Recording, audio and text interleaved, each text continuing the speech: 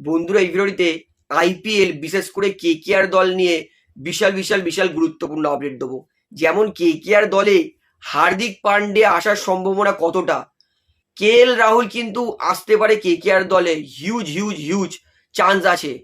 KKR তার বদলে কোন প্লেয়ারকে রিলিজ করতে হবে, রিঙ্কু সিং রাজস্থানে যাবে কিনা, আরও কিন্তু অনেক গুরুত্বপূর্ণ আপডেট দেবো। বলতেই পারি ভিডিওটা গুরুত্বপূর্ণ হবে, অবশ্যই কেকেআর ফ্যান্সরা শেষ পর্যন্ত দেখবেন। এবং যারা চ্যানেল নতুন সকলকে একটাই অনুরোধ করে রাখবো, যেহেতু এখানে আপনারা খেলার সমস্ত রকম আপডেটস পেয়ে যাবেন, তারা অবশ্যই পাবলিক ভিউ কলকাতা চ্যানেলটিকে সাবস্ক্রাইব করে বেল আইকন প্রেস করে অল করে রাখবেন। তাহলে বন্ধুরা, সবার কথায় বলি, কেকেআর ফ্যান্স এই বছর কেকেআর দল একটা কিন্তু বিশাল বড় ধামাকা করতে চলেছে। কারণ কেকেআর তারা কিন্তু আর সেই চুপচাপ বসে থাকবে না।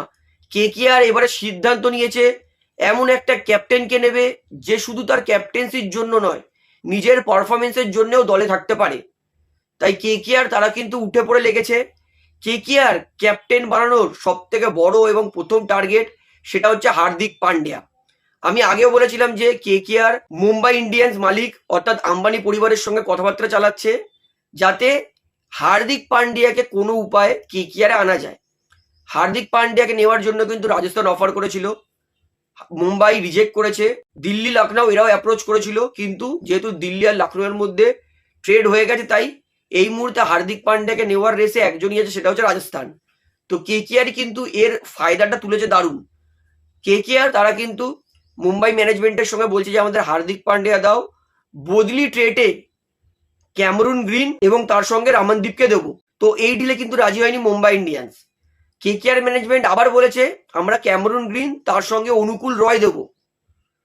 মুম্বাই ইন্ডিয়ান্সের বক্তব্য হচ্ছে হার্দিক পান্ডিয়ার পরিবর্তে তারা কোনো ভালো ভারতীয় অলরাউন্ডার চাইছে। বাস্তবতায় আসি, ভারতে হার্দিক পান্ডিয়ার লেভেলে অলরাউন্ডার আমার মনে হয় কেউ নেই। তাই তারা যে ভারতীয় অলরাউন্ডার চাইছে হার্দিক পান্ডিয়া লেভেল, এইটা পাওয়া ইম্পসিবল। তাও কেকেআর তো দারুণ চুক্তি দিয়েছে। ক্যামেরুন গ্রিন লাস্ট সিজন কেকেআরের জন্য আউটস্ট্যান্ডিং খেলেছে, তার সঙ্গে অনুকূল রয়, দুটো চাবুক অলরাউন্ডার দিচ্ছে। অনুকূল রয় বেস্ট ফিল্ডার আইপিএল এর। তো এর পরেও যদি হার্দিক পান্ডিয়াকে মুম্বাই ইন্ডিয়ান্স না ছাড়ে, তাহলে আমার মনে হয় না যে হার্দিক পান্ডিয়ার জন্য এত ভালো ডিল কোনো ফ্র্যাঞ্চাইজি দিতে পারবে। তো হার্দিক পান্ডিয়া থাকবে না এইটুকুনি কনফার্ম। যদি হার্দিক পান্ডিয়ার কোনো ট্রেড ডিলেই মুম্বাই রাজি না হয়, তাহলে হার্দিক পান্ডিয়া কিন্তু প্লেয়ার অকশন থেকে কিনতে হবে কেকেআরকে। সে তার জন্য কিন্তু কেকেআরকে বিশাল অ্যামাউন্ট নিয়ে বসতে হবে আইপিএল অকশনে। তো হার্দিক পান্ডিয়া কিন্তু আসতে পারে, কেকেআর যথেষ্ট ভালো ট্রেড ডিল অফার করেছে এবং প্রে করবো যেন হার্দিক পান্ডিয়া কেকেআর দলে আসে। কেকেআর দল সেকেন্ড অপশন সেটা হচ্ছে রাহুল। রাহুল নো ডাউট তিনি অবিশ্বাস্যকর ভালো ওপেনার, নিজের দমে ম্যাচ জিতে দেওয়ার ক্ষমতা রাখে, ভালো ক্যাপ্টেন, ভালো উইকেট কিপার। তো রাহুলকে ছাড়া কিন্তু চিন্তা ভাবনা করছে দিল্লি ম্যানেজমেন্ট। কারণ অলরেডি দিল্লি তারা কিন্তু ঋষভ পান্ত তাদের দিল্লির প্লেয়ারকে নিয়ে নিয়েছে। তো ঋষভ পান্ত নেওয়ার পরে কিন্তু দুটো উইকেট কিপার ব্যাটসম্যান কখনোই খেলাবে না দিল্লি ক্যাপিটালস। সেই জন্য, এবং যেহেতু দিল্লি তারা কুলদীপ যাদবকে রিলিজ করে দিয়েছে লখনৌ সুপার জায়ান্টসে, তাই একটা কিন্তু স্পিন অপশন কিন্তু দিল্লিকে ভরপাই করতে হবে।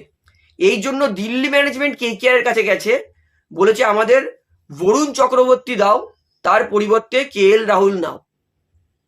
তো এটা কিন্তু বিশাল একটা হিউজ, কারণ বরুণ চক্রবর্তী নো ডাউট ভারতের বেস্ট স্পিন টি-20 বোলার, বর্তমানে টি-20 সেকেন্ড র্যাঙ্কে আছে বরুণ চক্রবর্তী। দিল্লি কিন্তু খারাপ ডিল অফার করেনি, রাহুলকে দিচ্ছি, তার পরিবর্তে বরুণ চক্রবর্তীকে আমাদের দাও।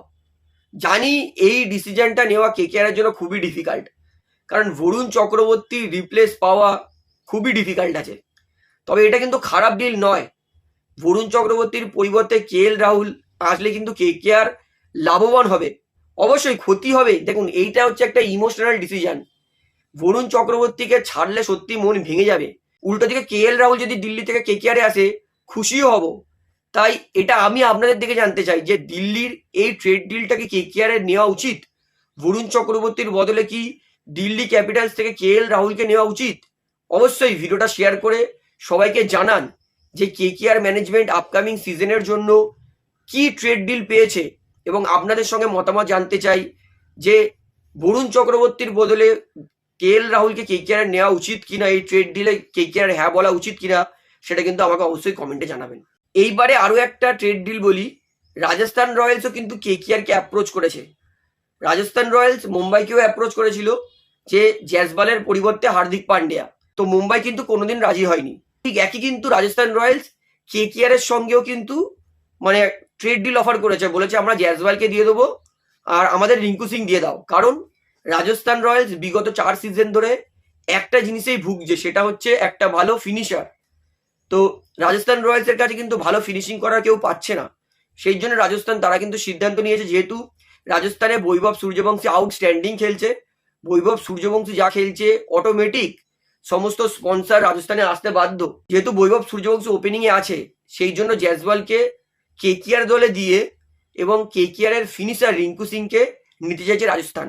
তবে আমি বলবো এই ট্রেড ডিলে কিন্তু আমি মোটেও সম্মতি দেবো না, হ্যাপি হব না, কারণ জয়সওয়ালকে নিয়ে রিঙ্কু সিং এটা কিন্তু কখনোই সম্ভব নয়। অ্যাজ এ কেকেআর ফ্যান আমি চাইবো না যে কোনোদিন রিঙ্কু সিংকে কেকেআর ছাড়ুক, কারণ কেকেআর এর কোনো ক্যাপ্টেন মেটেরিয়াল কাউকে না পেলেও রিঙ্কুকে ক্যাপ্টেন বানাতে পারে, ভালো ফিনিশার আছে। তো এই ট্রেড ডিলটা আমি মনে করি কেকেআর না নেওয়াই উচিত। কেকেআর কিন্তু আপাতত এই সমস্ত ট্রেড ডিলেই কথা বলছে।